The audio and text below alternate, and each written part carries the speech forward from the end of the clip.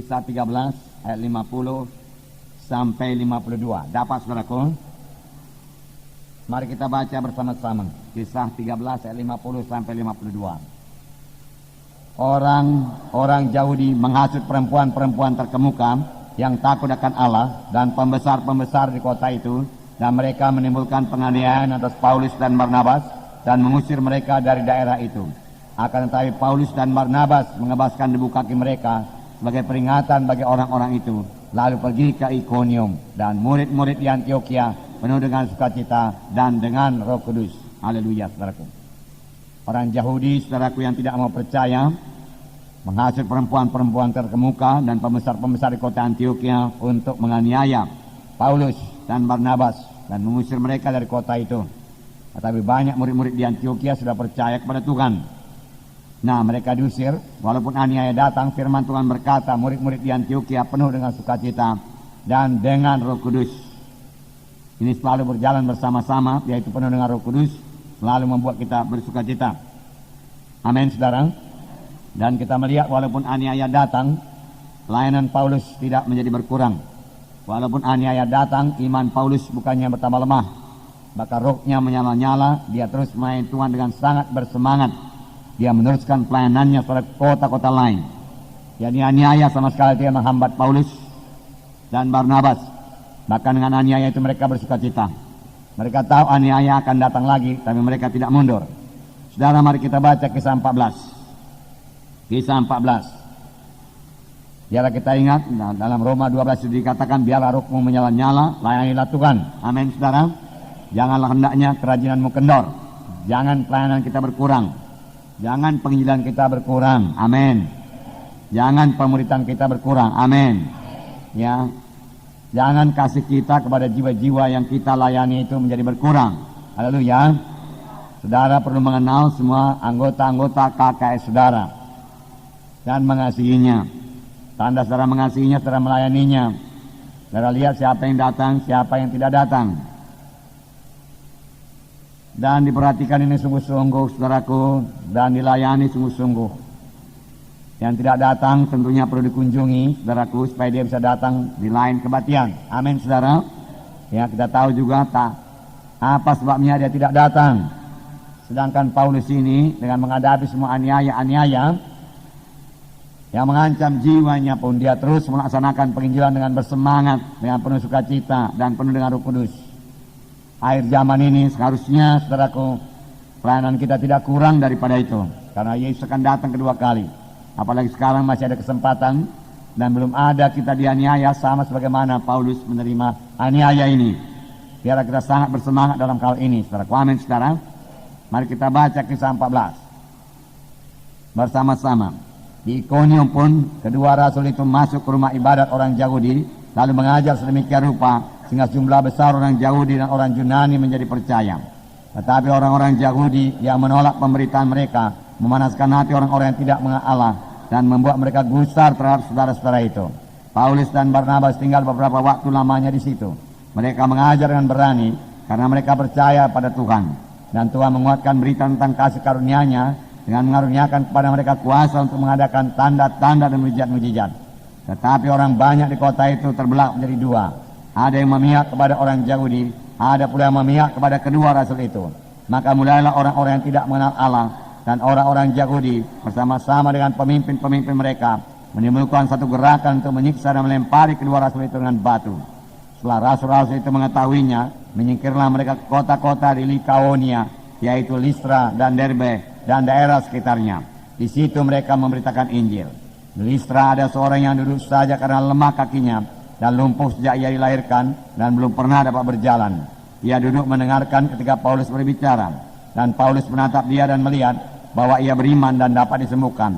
Lalu berkatalah Paulus dengan suara nyaring, berdirilah tegak di atas kakimu. Dan orang itu melonjak berdiri lalu berjalan kian kemari. Ketika orang banyak melihat apa yang telah diperbuat Paulus, mereka itu berseru dalam bahasa Likaonia, dewa-dewa telah turun di tengah-tengah kita dalam rupa manusia. Barnabas mereka sebut Zeus, dan Paulus mereka sebut Hermes, karena ia yang berbicara. Maka datanglah imam dewa Zeus, yang kuilnya terletak di luar kota, membawa lembu-lembu jantan dan karangan-karangan bunga ke pintu gerbang kota untuk mempersembahkan korban bersama-sama dengan orang banyak kepada rasul-rasul itu. Mendengar itu Barnabas dan Saulus mengoyakkan pakaian mereka, lalu terjun di tengah-tengah orang banyak itu sambil berseru, "Hai kamu sekalian, mengapa kamu berbuat demikian?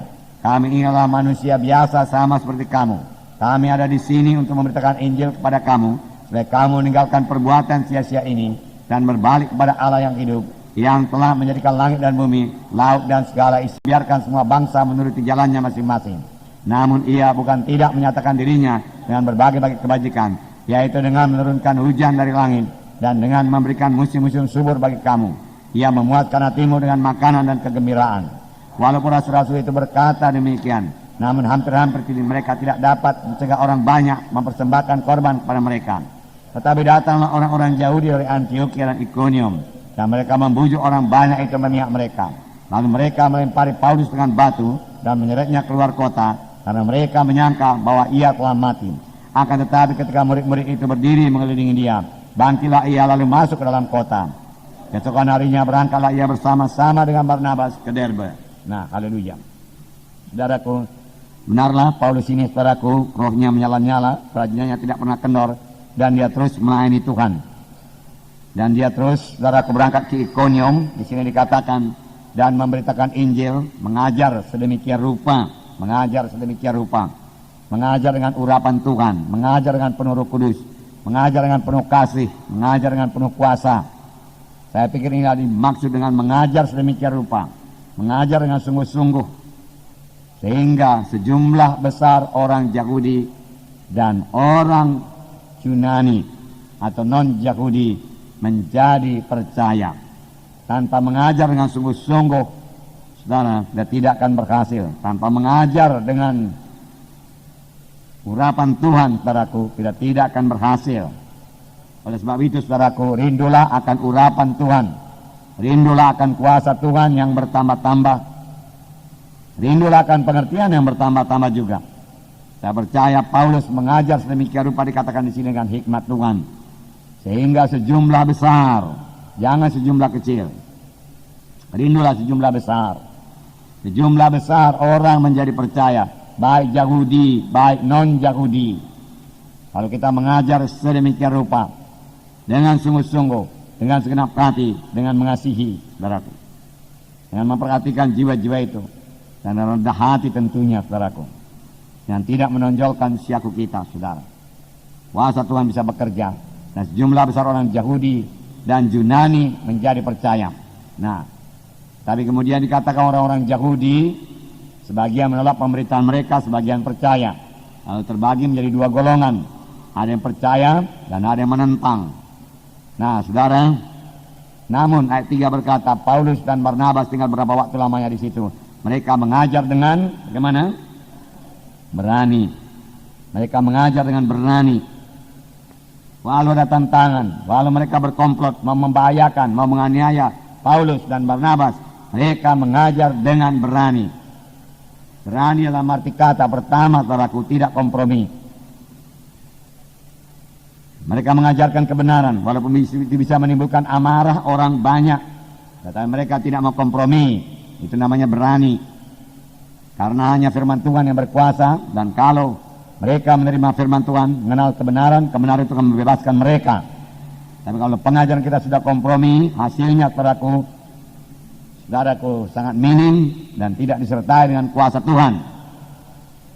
Yang kedua, walaupun mereka, saudaraku, diancam, mereka terus juga, saudaraku, melaksanakan pekerjaan Tuhan. Mereka terus mengajar. Amin, saudaraku. Tuhan Yesus banyak mengajar. Saudara pemimpin KKS juga banyak mengajar. Amin. Perhatikan murid saudara. Kalau dia belum baptisan, ajari dia pelajaran mengenai baptisan air. Amin.